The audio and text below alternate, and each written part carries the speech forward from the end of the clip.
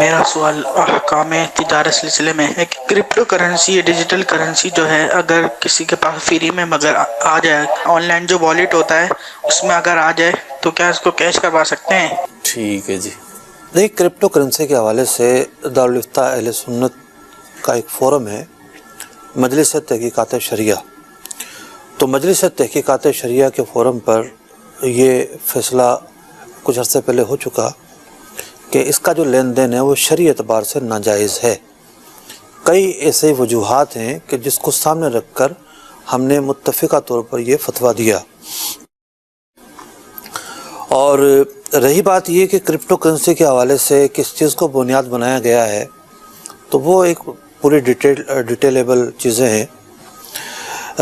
بنیادی چیزیں جو اس کے اندر ہیں، اس کے اندر دھوکے کا عنصر اور غرر کا عنصر جو ہے وہ واضح ہے۔ ایسا نہیں ہے کہ ہم جو ڈیجیٹل چیزیں ہیں ان کی اہمیت سے انکار کر رہے ہیں۔ بہت ساری چیزیں ایسی ہیں، مثال کے طور پر ہم آن لائن سروس لیتے ہیں سرور کی، یا ویب سائٹ کا ڈومین لیتے ہیں، یا ایک کمپنی اپنے نام سے ای میل سروس لیتی ہے۔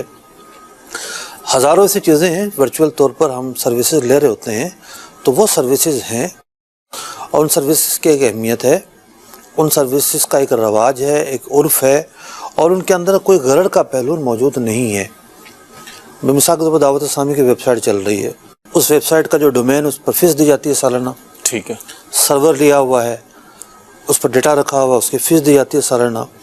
تو دو طرفہ جو ہے وہ نفع بخش معاملہ ہے۔ ٹھیک ہے، یہاں سے جو ہے وہ سروس لی جاتی ہے، ان کو جو ہے اس کے بدلے میں معاوضہ دیا جاتا ہے۔ ٹھیک۔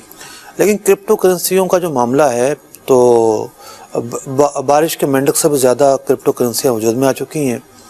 خود جب ان لوگوں سے کہا جائے کہ جناب کس پر اعتماد کریں، تو یہ کہتے ہیں جی یہ والی خراب ہیں، یہ والی اچھی ہیں۔ تو خود ہی بیان کر رہے ہوتے ہیں جناب اس میں ہیکنگ کے چانس ہیں اور اس میں چانس نہیں ہے، اور اس کی ویلیو برقرار رہتی ہے اور اس کی برقرار نہیں رہتی۔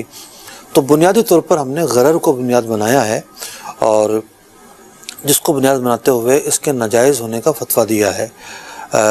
اگر کسی کو علمی حوالے سے بات کرنی ہے تو ہم بالکل بات کر سکتے ہیں، بات کی جا سکتی ہے۔ سوشل میڈیا پہ بیٹھ کے آئیں بائیں شائیں کرتے رہیں اور یہ کہتے رہیں جی مولویوں کو پتہ نہیں، ان کو تو سسٹم کا نہیں پتہ، نظام کا نہیں پتہ۔ تو میں نے بہت تفصیل کے ساتھ اپنے آرٹیکل اس پورے اس پر نظام پر لکھے ہیں، اور متعدد آرٹیکل لکھے ہیں۔ میرا فیس بک پیج جو ہے اس پر یہ شائع ہوتے رہے ہیں، تو ان کو پڑھ کے اندازہ لگایا جا سکتا ہے کہ تھوڑی بہت معلومات تو ہمیں ہیں اس کی، بلکہ زیادہ ہی ہے۔ مختلف ماہرین سے بھی آراء لی گئی، لیکن بہرحال فتویٰ ہمارے یہاں سے یہی دیا گیا ہے کہ اس کا جو خرید و فروخت ہے وہ ناجائز ہے، مسلمان اس سے دور رہیں۔ مستقبل میں آ کے غرر کا پہلو کم ہو جاتا ہے، کوئی گورنمنٹ اس کو آن کر لیتی ہے اور وہ اپنے نظام کے تحت اس کو لے کے چلتی ہے، تو ہم جواز کا فتویٰ دیں گے، اور غرر سے ہم مطمئن ہو جاتے ہیں تو ہمیں کوئی تحفظ نہیں ہوگا، تو بالکل ہم جواز کا فتویٰ دیں گے۔ یعنی اس وقت جو کمزوری پائی جا رہی ہے وہ دور ہو جائے تو پھر حل نکل سکتا ہے۔